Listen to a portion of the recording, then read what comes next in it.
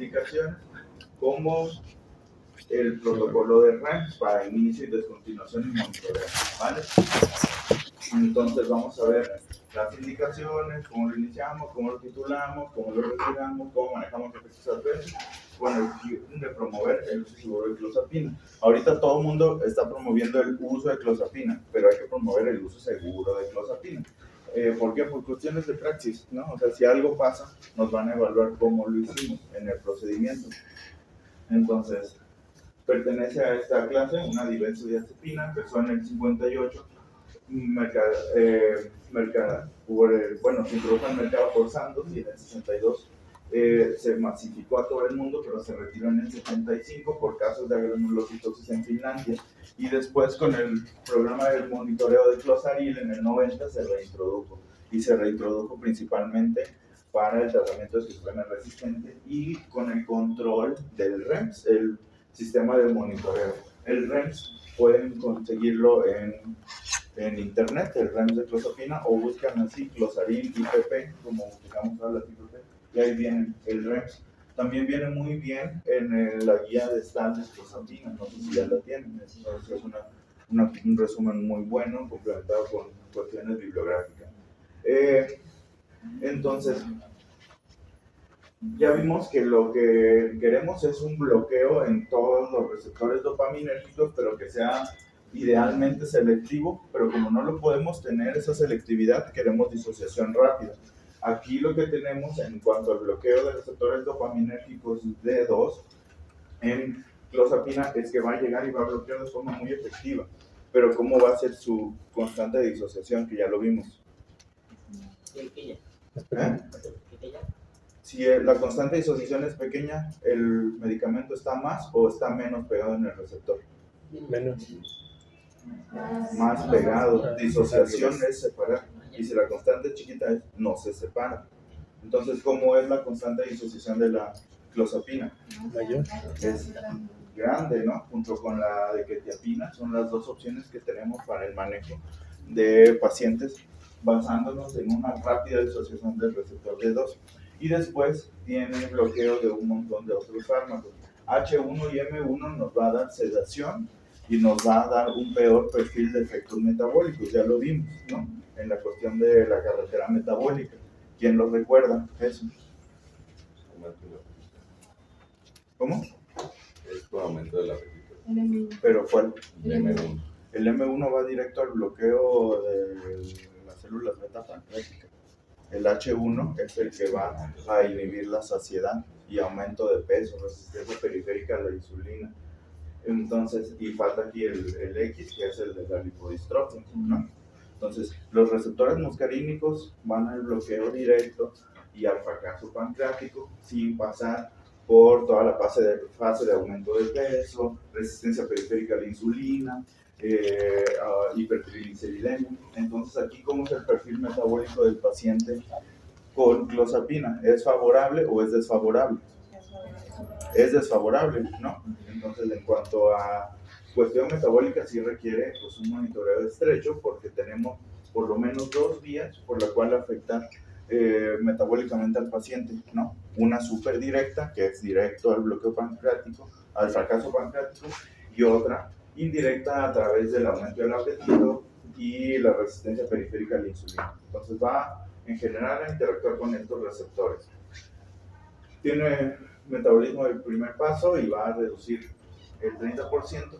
Y esto, 1 a 2, ¿crees que sea importante? ¿Creen que es importante saber que es un sustrato de 1 a 2?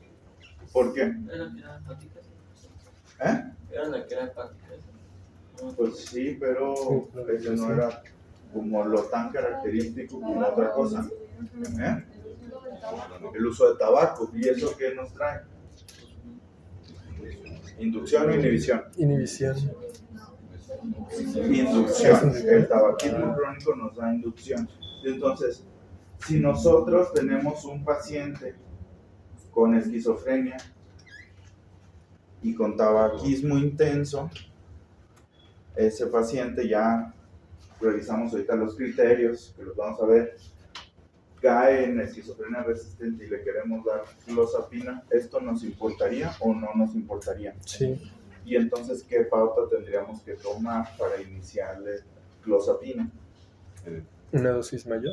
Una dosis mayor. Entonces, justo el sentido de por qué unos pacientes dicen las guías que los iniciamos con 25 y otros con 50 es porque en el REMS se hace una clasificación. ¿Y cuál es esa clasificación? Pacientes que requieren titulación rápida o titulación lenta. Es la primera. Y la segunda es pacientes que requieren titulación rápida o lenta con y sin hábito tabáquico, ¿no? Entonces los pacientes con hábito tabáquico intenso, tabaquismo intenso, ¿qué dosis requerirán? ¿Dosis menores o dosis mayores?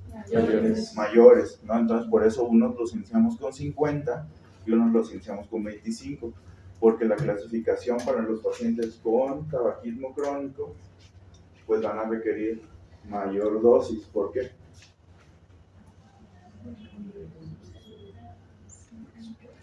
Sí. ¿Eh? Porque es inductor de 1 a 2. Porque está inducido 1 a 2, ¿no? Entonces, esa Se dosis metaboliza. se va a metabolizar más rápido, tenemos que compensarlo aumentando la dosis, ¿va? Entonces, la vida media es de 14 horas y el metabolito activo es de 26 horas. Entonces, por eso, la nueva actualización del REMS favorece y promueve, ya vimos este perfil, ¿no? H1 y M1. Entonces, 5-HT12 y H1 nos va a dar también un perfil de sedación importante, ¿no? Entonces los pacientes con clozapina van a andar todo el tiempo durmiéndose y todo el tiempo salivando, ¿no? Entonces, la actualización del REMS basado en esto, el metabolito activo, una clozapina de 26 horas, promueve ¿qué tipo de dosificación? Multidosis a través del día, monodosis nocturna, monodosis repartida en el día. ¿Cuál es? Monodosis nocturna. Monodosis nocturna, ¿no? Entonces ahora los esquemas que se promueven, y tiene sentido, ¿no? Vamos a darle solo un metabolito activo que les dure todo el día y toda la noche y que podamos reducir el perfil de sedación durante el día. Entonces ustedes cuando vean el riesgo en todas las IPPs de todos los antipsicóticos van a ver aumento del riesgo, aumento de la mortalidad en general por caídas, por accidentes y todo, y mucho está basado en la sedación. Entonces ahorita también hay que considerar que la sedación va a ser una situación que impida al paciente funcionar de manera adecuada. Entonces ahora los esquemas promueven la monodosis nocturna. Todavía se van a encontrar con esquemas de aquí del FRAN que tengan media 0,1, una 0,1, una 1,1, ¿no? Entonces esa situación, pues a lo mejor tiene un racional, ¿no? Pero desde el punto de vista farmacológico no lo tiene, ¿no? Es mejor darle solo una dosis nocturna y que el paciente se apegue, ¿ok? Entonces, recuerden, si nosotros le damos muchos medicamentos y le damos muchas dosis repartidas a lo largo del día, favorecemos que el paciente no se apegue, ¿no? Entonces, también, a pesar de que si nosotros lo consideramos para esquizofrenia resistente, el paciente no tendría que caer en criterios por mal apego, ¿no? Pero de todas maneras no nos podemos arriesgar, tenemos que darle el mejor esquema para que el paciente se apegue. Entonces, va. ¿Esto está claro? Si el paciente le vamos a iniciar, lo que tenemos que preguntarle es que si cómo no y qué tan intenso es, ¿no? A partir de 10 cigarros al día, eso ya se considera que va a estar inducido, el 1 a 2. Entonces tendríamos que ver el esquema con, para paciente con hábito tabáquico y monodosis nocturna. ¿Todo bien? ¿Aquí? Yo tengo una duda. Por ejemplo, en el ámbito hospitalario podría estar justificado, si tenemos un paciente pues, que cumpla criterios para esto, pero que aparte esté disruptivo, ¿podría aplicar el, repartido a lo largo del día para tenerlo como más tranquilo? Pues pudiera ser. Entonces, estos esquemas que vamos a ver son todos los esquemas que parten desde el REMS y desde la IPP, pero hay otros esquemas que no parten por la IPP, o sea que no están aprobados, pero que se hacen, ¿no? Titulaciones ultra rápidas, muy rápidas y ultra rápidas, ¿no? Las muy rápidas alcanzar las dosis terapéuticas en una semana y las ultra rápidas en 2 o 3 días, ¿no? Entonces, esas situaciones pues favorecen que se utilicen multidosis a lo largo del día. Entonces, desde la IPP no viene. Situaciones particulares, pues sí te van a dar tu criterio médico como la oportunidad de que tú juegues con la dosis y que veas.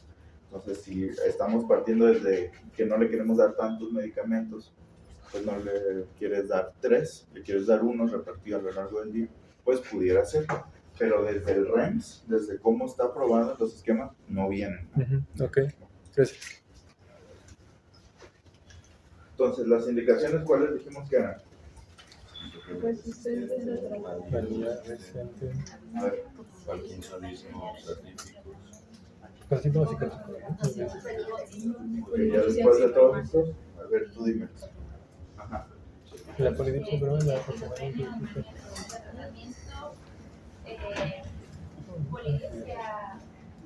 Tengo algo para te lo digo. Poca tolerancia. Poca tolerancia, ok. Nos faltó estos dos, eran conducta violenta persistente y ideación suicida persistente en el contexto de un trastorno psicótico primario, ¿no? Entonces tenemos, pues para el litio, por ejemplo, si esto pudiéramos compararlo con el litio, para depresión con ideación suicida persistente teníamos pues el litio como el número 1, ahorita está la esquetamina, ¿no? Para el paciente con esquizofrenia e ideación suicida persistente, el esquema terapéutico al que nos tenemos que ir es a clozapina. Y para conducta violenta persistente, aquí tenemos que evaluar si el paciente se apega o no se apega al tratamiento, ¿no? Porque aquí tendríamos dos vertientes. Si le damos un medicamento de larga acción o un medicamento depot para esto, porque una de las indicaciones para medicación de depósito o de larga acción es que el paciente presente conducta violenta cuando cesa el tratamiento. Entonces, ver si esta conducta es originada a partir del poco apego, nos vamos a depot, ¿no? Pero si es originada a partir de la resistencia al tratamiento, nos vamos a clozapina, ¿no? Entonces, esquizofrenia resistente, polidipsia primaria psicógena, conducta violenta persistente, ideación suicida persistente, manía resistente, psicosis en parkinsonismo y síntomas extrapiramidales o poca tolerancia a los antagonistas de E2. ¿Ya se los aprendieron todos? Okay. Entonces no solo es para esquizofrenia resistente o para manía resistente, tenemos un amplio espectro de indicaciones para que nosotros podamos darle opción al paciente con clozapina. Entonces, polidipsia primaria psicógena vamos a tener que es un paciente que tiene un consumo mayor de lo habitual de líquidos, es la intoxicación por agua, y nosotros en teoría tendríamos que ver disminución de la osmolaridad urinaria y dividir si es primaria o secundaria. Entonces, la secundaria es la que no es para clozapina. Entonces aquí tendríamos que descartar diabetes insípida y otras cosas. Y aquí va a tener osmolaridad urinaria disminuida, osmolaridad sérica normal y el sodio va a estar normal. Y acá va a haber una hiponatremia baja sintomática y una osmolaridad sérica baja. Hacia este es el que le vamos a dar clozapina si el origen pues, es un trastorno psicótico primario, ¿no? Entonces el paciente por potomanía, que aquí le dicen potomanía, o polidipsia primaria psicógena, que baja USEP, pues no hay ni que pensarle, a veces ni siquiera tenemos en cuenta clozapina para esto cuando es la indicación, ¿no? Entonces antes de cualquier otra cosa, pues sí, bájenlo a USEP porque requerimos vigilar la hiponatremia, pero ya estamos iniciándole clozapina, ¿no? O sea, ¿para qué retardarnos hasta que baje a USEP, ¿no?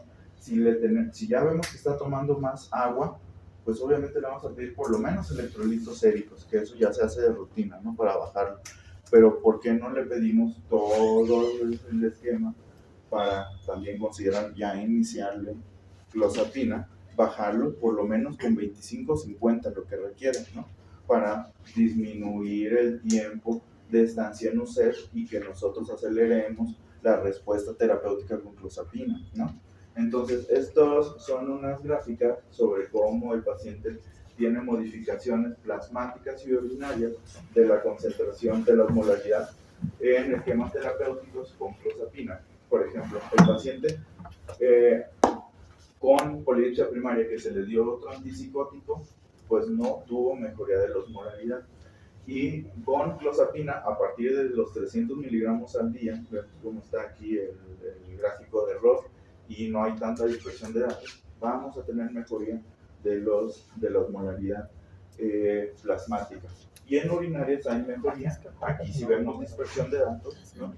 Pero en general vamos a tener mejoría y va a ser la mejor arma o la herramienta terapéutica, porque los antipsicóticos típicos no nos van a dar mejoría en esta situación. Entonces, indicación número 1, y cuando se presente esto, que sí se presenta y que sí por lo menos aquí han tenido, yo creo que alguien, contacto con pacientes con fotomanía o polidipsia primaria, pues no atrasarlos, ¿no? Ya hay que bajarlos con esta, que es la única opción terapéutica que es realmente eficaz, ¿va? Entonces pasamos a la otra. ¿Hasta aquí dudas? No. A ver. ¿A qué receptor salieron más? Estos son a los receptores H1, creo, pero no recuerdo bien. Eso te lo confirmo bien en la siguiente clase. Ahora, a la conducta violenta. La conducta violenta hay que evaluar primero si es dependiente o no de la adherencia, ¿no? Si el paciente tiene una conducta violenta condicionada por pobre adherencia, ese paciente es candidato a medicación de depósito, ¿no? Una de las indicaciones de medicamentos de depósito es eso, ¿no? Que el cese de la terapia antipsicótica condicione conducta violenta, ¿no? Entonces, si el paciente, a pesar de la buena adherencia, tiene conducta violenta, es candidato a clozapina. Y entonces se hizo este estudio con el cual se tuvo esta indicación, en donde se evaluaron, del A al G, perfiles de pacientes violentos en ámbitos penitenciarios. Y entonces se evaluaron la cantidad de eventos violentos que tuvieron durante su estancia en el medio penitenciario y posterior al inicio de clozapina. Aquí no se ve muy bien, pero los gráficos grises son los eventos violentos que tuvieron previo al inicio de clozapina, y las líneas negras, las barras negras, son los eventos violentos que tuvieron posterior al inicio de clozapina. Entonces, fue muy evidente la disminución de los eventos violentos cuando se inició clozapina. Y se iniciaron a diversas dosis, ¿no? Que oscilan entre los 300 y los 600 miligramos de clozapina. Entonces, para la conducta violenta persistente, el paciente también es candidato a tratamiento con clozapina, ¿va? Punto número 1, a evaluar la adherencia. ¿Okay? ¿Dudas en esto? Ideación suicida persistente. Entonces, este es una tabla sobre las cuestiones estadísticas de los pacientes con dos grupos. Este trabajo es muy popular, ¿no? Es un trabajo que se evaluó la respuesta a la terapia con olanzapina y con clozapina para evaluar si era realmente la clozapina un medicamento adecuado para el tratamiento del paciente con esquizofrenia resistente al tratamiento, y se evaluaron desde varios puntos. Este es el resumen para la ideación suicida persistente. Entonces, estos pacientes cumplieron los criterios de King para considerarlos esquizofrenias resistentes, y se les dio dos terapias, olanzapina y clozapina. Para esta situación, evaluando la hospitalización inminente por riesgo suicida, se tuvo menos cantidad de eventos relacionados con suicidio inminente en el grupo de clozapina que en el grupo con olanzapina, y esta situación fue estadística de forma significativa. Y en esta gráfica de Clapham-Meyer vemos cómo la línea discontinua es para los pacientes con olanzapina y la cantidad de eventos relacionados con hospitalizaciones inminentes por riesgo suicida, y la línea continua negra es para los pacientes con clozapina Entonces aquí vemos que la mayor cantidad de eventos, o hubo mayor cantidad de eventos relacionados con hospitalizaciones inminentes con el grupo de olanzapina. Entonces, para pacientes psicóticos, sí, o sea, para pacientes con un trastorno psicótico primario, con ideación suicida persistente, la opción farmacológica, porque tenemos otras opciones en cuanto a intervenciones, pues es clozapina, ¿no? Solo para psicóticos. Aquí sí, o sea, esta sí. Para pacientes con manía e ideación suicida persistente, pues tenemos litio, ¿no? Y para pacientes con depresión e ideación suicida, ese es ketamina, así, ¿no? Son los tres que están aprobados. Psicóticos, clozapina. Manía, cortisona bipolar, litio. Depresión con ideación suicida, es ketamina, ¿no? ¿Va? Entonces ya después vamos a la cuestión de resistencia.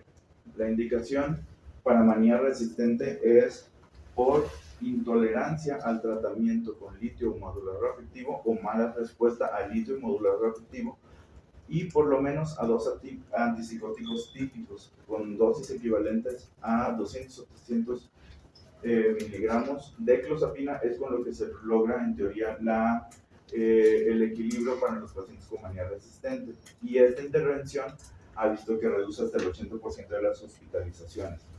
Estos son los, pues algunos datos de cómo utilizamos clozapina para el tratamiento de la manía resistente.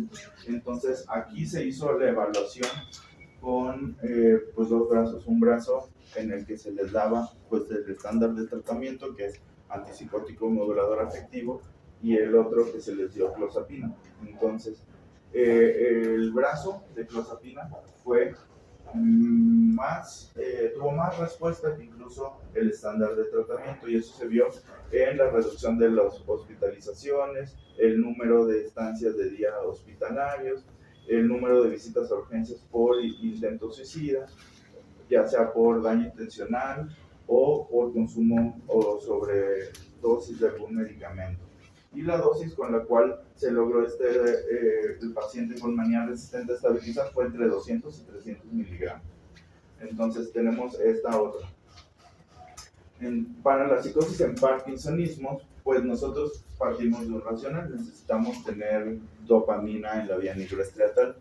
Los pacientes con parkinsonismo atípicos son aquellos pacientes que menos de 55 años ya van a tener manifestaciones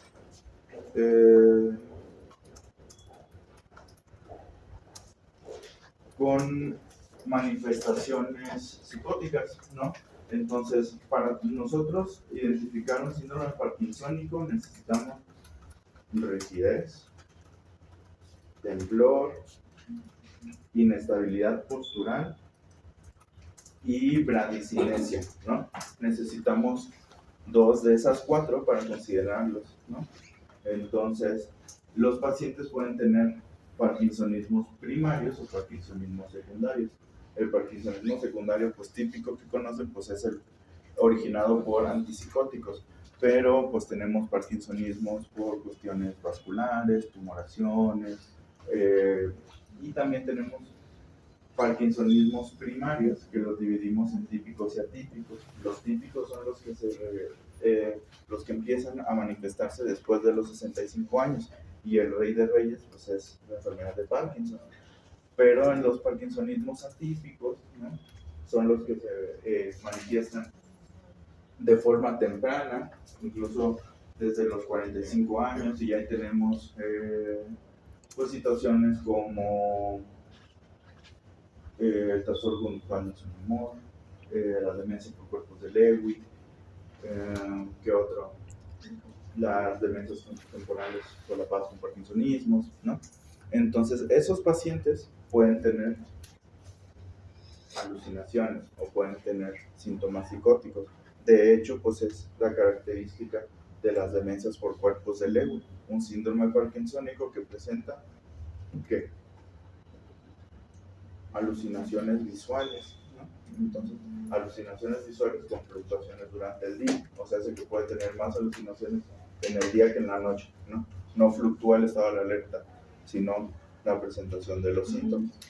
A esos pacientes, ¿creen ustedes que le necesitemos dar antipsicóticos para bajar esos síntomas psicóticos, esas alucinaciones visuales? ¿Ustedes les darían antipsicóticos? Empeoraría por... ¿Con cuáles? ¿Con todos los que sean típicos o los que tengan una constante disociación baja o alta? Baja. Sí, chiquita, ¿no? Entonces, pues sí tenemos que darle tratamiento, ¿no? Sí tenemos que bajarle esos síntomas. Entonces, ¿cuál sería nuestra opción? Pues daríamos dos, quetiapina o clozapina, ¿no? Entonces, a ese tipo de pacientes, si nosotros vemos que tiene un síndrome de Parkinson porque no está generado por el tratamiento antipsicótico, pues vamos a sugerirles darle quetiapina o clozapina. Se van a topar con 1, 2 o 3 a lo largo de este año de estar en urgencias, ¿no? Entonces, si llega con el diagnóstico de Parkinson, pues no le den Risver, o no le den Antol, o no le den Olanza. Váyanse a estos, ¿no? Porque aparte tienen otra característica, responden a dosis súper bajitas. Miren, la dosis con la cual se estabilizan estos pacientes oscila entre 6.25 y 25 miligramos, ¿no? Son dosis muy chiquitas, ¿va? Para prescribir 6.25, ¿hay tabletas más chiquitas? Pues hay tabletas en Estados Unidos de 12. Entonces, esos son los que podemos fraccionar. La realidad es que aquí la más chida que tenemos es 25, le podemos dar la mitad o un cuartito, ¿no? Bueno, la dosis que en teoría tenemos, porque hay un desabasto enorme, ¿no? Entonces, pues esto es lo que les dije, más o menos se estabilizan con dosis muy chiquitas y tenemos que llevar el monitoreo como todo. Entonces, este es el racional que ya lo vieron, ¿no? Que vamos a dar medicamentos que caigan en la disociación rápida del receptor de 2. ¿Por qué? ¿Por qué?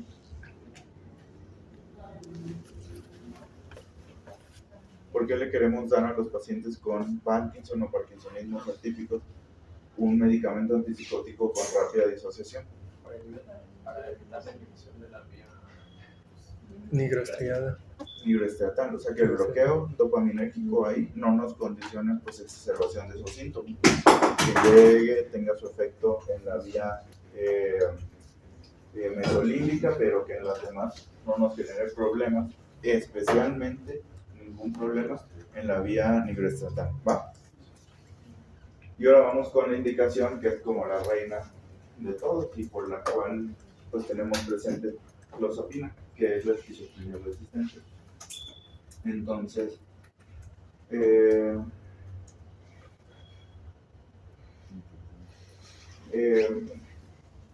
aquí tenemos los criterios de Kane para considerar a alguien con esquizofrenia resistente.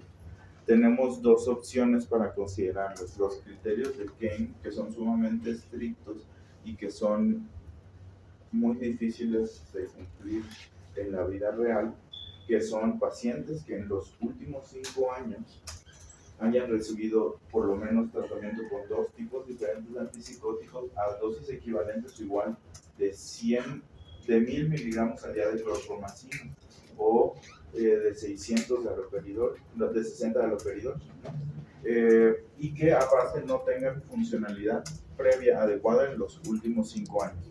Y la mejoría la define como no llegar al 20% de disminución en la BPRS o un total de la CGI que esté en severo y que no pase de eso, ¿no? Entonces, la realidad es que nos vamos a las situaciones de adecuación de estos criterios para la vida real. Entonces, aquí tenemos que para considerar un ensayo terapéutico a dosis adecuadas por tiempo adecuado son por lo menos 6 semanas de llegar a dosis tope del antipsicótico y que el paciente no tenga respuesta, ¿no?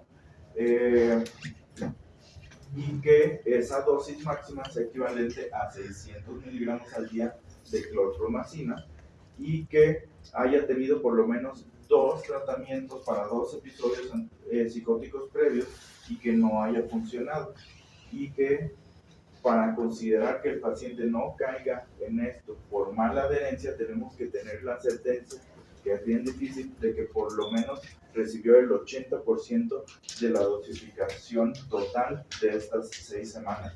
Estos son los criterios pues más aterrizados a la realidad que podemos nosotros considerar para esquizofrenia resistente. La realidad es que los criterios aquí pues están muy poco alcanzables en la vida real. No vamos a tener a alguien con 60 miligramos de haloperidol. Entonces, estos son los que vamos a considerar como para esquizofrenia resistente. ¿Y por qué? Porque nosotros vimos en las IPPs que comparamos la respuesta en la eficacia contra el estándar de tratamiento. Y en estos estudios se comparó el estándar de tratamiento, que sería quetiapina, con clozapina. Y para estos pacientes que caen en esta definición de esquizofrenia resistente, hubo una mejoría sustancial con los pacientes con clozapina en comparación con los pacientes con quetiapina.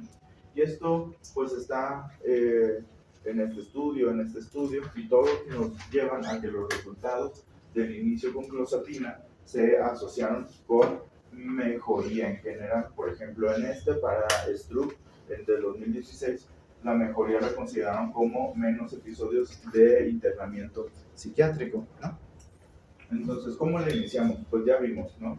Tenemos que considerar si el paciente es o no es fumador crónico. Pero, en teoría, antes de iniciarlo, tenemos que hacer una medición basal. Temperatura parece absurdo, pero ¿por qué necesitamos tener la temperatura basal?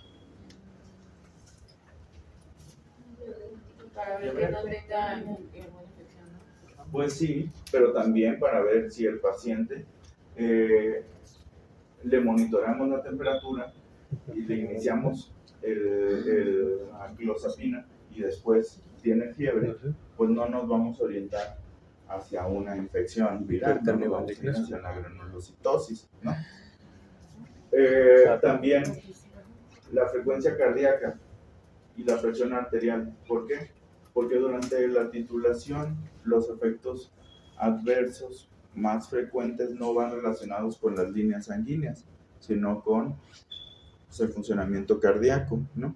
Principalmente miocarditis y prolongación del QT. Peso y talla, ¿por qué? La inhibición de la saciedad. ¿Por la inhibición de la saciedad?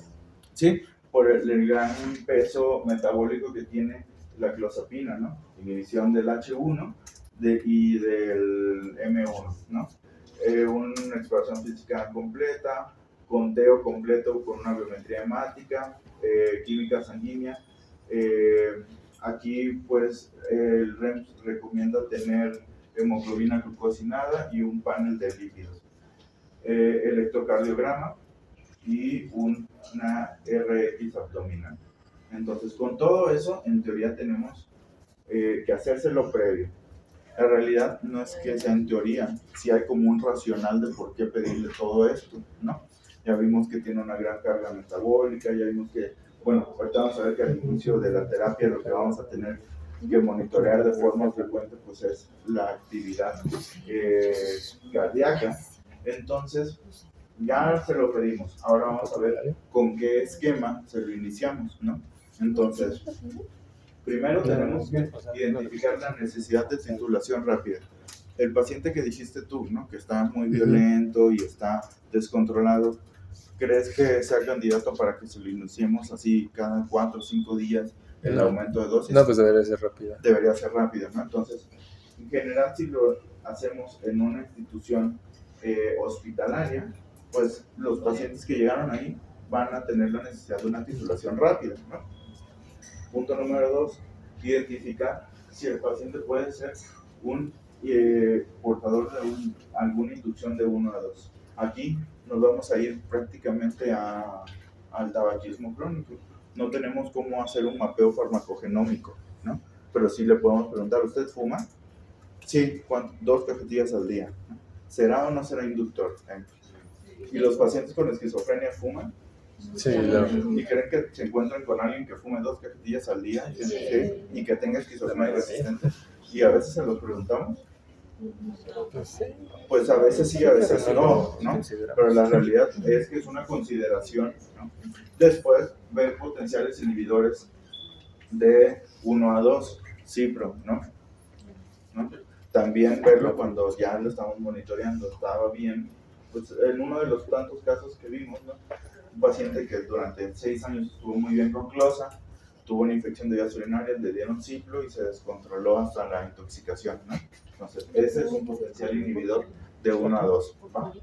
Y después, evitar titulaciones extremadamente lentas, ¿no? Esa es una recomendación que tiene el REMS también. Entonces, pacientes sin necesidad de titulación rápida y que no son fumadores. Iniciamos con 25, monodosis nocturna por 4 días, después aumentamos a 50, monodosis nocturna por 4 días, y después aumento de 25 miligramos cada 4 días, con una dosis meta de 300 miligramos y llegar en 7-8 semanas, ¿va? Si el paciente con 25 miligramos lo tolera poco por sedación, efectos adversos y un montón de cosas, se disminuye la dosis inicial de 2 a 12.5 y después a 4 días se sube a 25 miligramos. ¿Ok? Pacientes con necesidad de titulación rápida y no fumadores, ¿no? Empezamos con 50 miligramos monodosis nocturna por 3 o 4 días, subimos a 100 miligramos monodosis nocturna por 3 o 4 días, después 50 miligramos cada 4 días, dosis meta 300 miligramos y el de mantenimiento hasta 600 miligramos, y este esquema lo podemos repartir para 3 semanas, ¿ok? Entonces hacemos una reducción casi del 50% del tiempo, entre 7 y 8 semanas acá, y aquí 3 semanas, ¿no? Un poquito más que el 50%, ¿no? Y después tenemos los esquemas para pacientes que sí son fumadores, ¿no? Entonces, por ejemplo, aquí la titulación va de 25 miligramos en el día 1, pero en el día 3 ya le estamos subiendo a 50. Día 6 le estamos subiendo a 100, día 9 a 150, y aquí la dosis meta son 400 miligramos. ¿Okay? Y eso lo llegamos en el día 24, ¿no? Pacientes con titulación lenta y que sean fumadores. Se les va a pasar.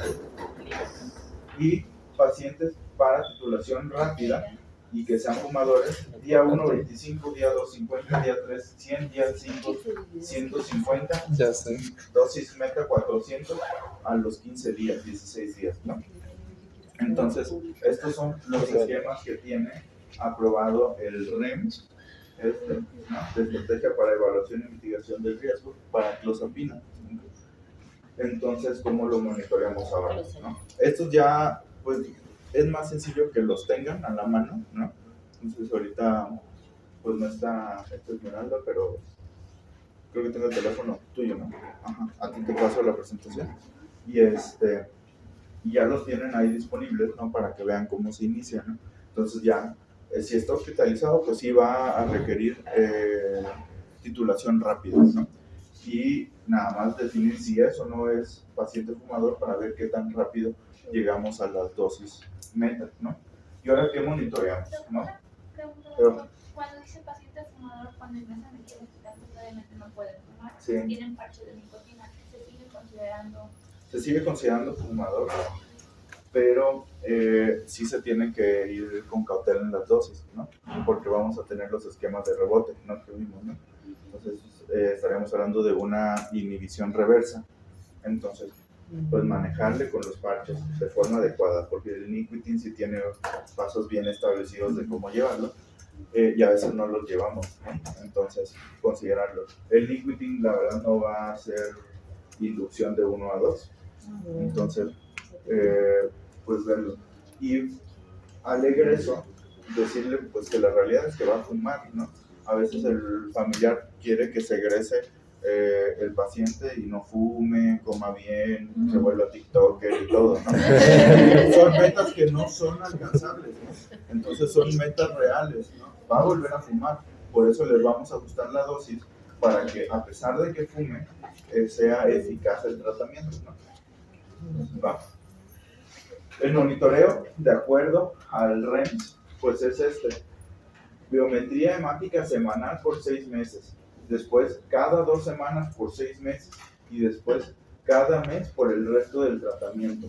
Aquí está bien sencillo. Entonces, a veces hacemos biometría semanal por un mes y biometría cada que se nos ocurre, ¿no? ¿Okay? Entonces, en teoría es esto. Antes, el REMS decía que cuando empezaban a bajar el conteo, se cesa la clozapina y ya no es candidato, ¿no? Entonces, esto ya se modificó. Entonces, tenemos neutropenia leve, moderada y agranulocitosis. Entonces, tenemos 2 opciones si el paciente disminuye el conteo para suspender y reiniciar. Si es en leve, aquí lo que tienes que hacer es seguir monitoreando. El leve cae entre 1500 y 1000 el conteo de neutrófilos. Y aquí lo único que hay que hacer es monitorear cada 3 días con biometría hemática, si cae en eso, ¿no? No se ajusta la dosis, se mantiene la dosis con la que nos quedemos y se va monitoreando cada 3 días. Si el descenso del conteo está entre 1000 y 500, se suspende la clozapina y se monitorea de forma diaria hasta que suba hasta 1500. Y aquí se puede reiniciar la clozapina, pero aquí sí se recomienda el REMS que se haga en apoyo de un médico hematólogo, ¿no? Que lleve el monitoreo del conteo de neutrófilos con la titulación de clozapina. Entonces, antes ni este eran candidatos a clozapina una vez que bajaban el conteo de neutrófilos. Ahora, a lo dejamos igual y lo monitoreamos cada 3 días, a se lo quitamos y lo monitoreamos diario, y si requiere reiniciar tenemos que pedir interconsulta de hematología o llevar el control con hematología. Y si el paciente cae en la granulocitosis, lloramos todos y se lo quitamos y no se reinicia. Ahí tendríamos que hacer algo más. Pues sí, ya sería el control de la urgencia de la granulocitosis, ¿no? Entonces, aquí, pues para el esquema de si se lo damos, se lo quitamos y eso, pues es quitárselo y no se lo reiniciamos nunca, ¿no? Y llevamos a cabo pues, toda la situación de urgencia de la granulocitosis. Pero eso puede pasar incluso cuando No, se quita en... o sea, que Sí, apenas sí, inicia sí, sí, entonces y se vaya directamente. Todos estos escenarios ocurren desde que estamos titulando, por eso la titulación requiere este monitoreo, ¿no? Disminuye con el tiempo, por eso el monitoreo con biometría hemática se prolonga cada vez, ¿no? Doc, una duda. Una pregunta, por ejemplo, cuando uno quita la clozapina de forma gradual, por ejemplo, si es menos de 1000 pero más de 500, o abrupta. Aquí es abrupta. En las Damos el monitoreo del rebote colinérgico y todo eso, Ajá. pero aquí es abrupto, porque la urgencia sería que disminuya niveles de agranulocitosis. Pero por debajo de 500 es abrupta o por debajo de 1000 ya es abrupta que se quita. Por debajo de 1000 y de 500, ahí se lo quitas así, de forma abrupta. En el otro, solo dejas de titularlo y monitoreas. Doc, El rebote colinérgico, pues ya sería el menor de los problemas, eso lo vas ahí modificando con otros tratamientos. y, por ejemplo, si presentan agranulocitosis de 1000, ¿cuánto tiempo se tiene que esperar? O sea, se suspende y cuánto tiempo se espera para reiniciar. Pues es que eso ya nos lo dice el hematólogo. Eso ya No, no que cae por en eso- nuestro terreno. Ah, ok. Sí. Y aquí, sobre todo en la titulación durante el primer mes, tenemos que explorarlo, auscultarlo y preguntarle, ¿tiene debilidad, disnea, fatiga o dolor torácico? Son las preguntas que dice el REMS que tenemos que hacer con cada valoración semanal durante el primer mes. ¿Por qué? Porque es el periodo donde hay más riesgo de miocarditis, ¿no? Entonces eso hace que nosotros dirigidos tengamos que preguntar debilidad, disnea, fatiga y dolor torácico. Si algo de esto está positivo, tenemos que pedir electrocardiograma y enzimas cardíacas y proteínas C reactivas y ver si esto está elevado o no. Con una elevación de 2 veces el límite normal, consideramos que ese paciente está teniendo una miocarditis por clozapina, ¿no? Después, prolongación del QT. En prolongación del QT vamos a tener este esquema, que es el esquema del monitoreo de Credible Meds. Credible Meds es una entidad que se dedica a ver qué tanto riesgo de prolongar el QT tienen diversos fármacos, y entonces tenemos los límites normales y anormales para mujeres y hombres. Esto,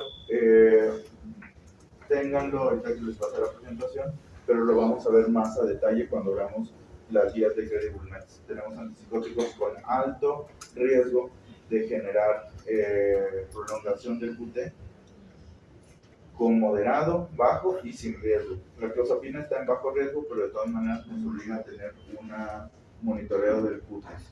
Y descontinuación y manejo del rebote colinérgico. Esto aquí, pues seguramente lo vieron con la escasez que hubo de clozapina. Los pacientes tienen rebote colinérgico. Lo más severo es llegar a esto, catadelirium, que en sí les han de haber llegado, ¿no? Entonces la deprivación colinérgica de forma crónica y después el aumento de la señalización colinérgica lleva a este terreno. Lo más frecuente es esto: diarrea, náuseas, salivación, urgencia urinaria, todas esas situaciones, pues creo que sí lo vieron de forma frecuente. No hay una guía como tal que nos diga qué hacer, ¿no? Pero entonces aquí vemos qué medicamentos podemos utilizar de forma de prevención del rebote colinérgico. Entonces, pues aquí yo les comento mi experiencia cuando fui a las 5 psicogeria y vino la pandemia, y que los pacientes tuvieron cese del tratamiento de clozapina, los que teníamos en psicogeria. Y entonces aquí lo que hicimos pues fue manejarlos con ketamina, ¿no? Que también modificaba parte de los síntomas colinérgicos, y con eso estuvieron moderadamente bien en cuestión del rebote colinérgico. En cuestión clínico pues no estaban bien, ¿no? Pero para el manejo de esto. Y pues creo que nos quedamos aquí. Esto lo vemos la siguiente clase, ¿va? Okay. ¿Dudas o algo? Entonces yo les paso la presentación al ratito. Doc, otra duda. Entonces, cuando suspendemos la closa, ¿empezaríamos con ketamina o sería como lo recomendado? No. ¿O dejamos? Lo recomendado es que si se lo vamos a evitar, también veamos el esquema de cómo suspenderlo de forma gradual. Y la suspensión gradual es para evitar el rebote colinérgico. Cuando no hay una forma de suspensión gradual, o sea que el paciente tenía su clozapina y fue a comprarlo y cerraron psicofarma y no hay manera de conseguir clozapina, ahí es cuando de forma abrupta viene el rebote colinérgico y ya optamos por otras cosas, que en este caso puede ser como ketamina. Por ejemplo, si eso que se acabó la clozapina, si toca empezarle otro antipsicótico, ¿empieza a dosis que sean iguales a las que estaba con clozapina o se tiene que empezar la titulación igual pues del otro antipsicótico? El otro antipsicótico, la titulación normal, como si se lo fueras a empezar. Aunque Y cuando reinicias clozapina, reinicias igual otra vez, no reinicias a dosis con las que se quedó. Reinicias otra vez así en los esquemas. Ok.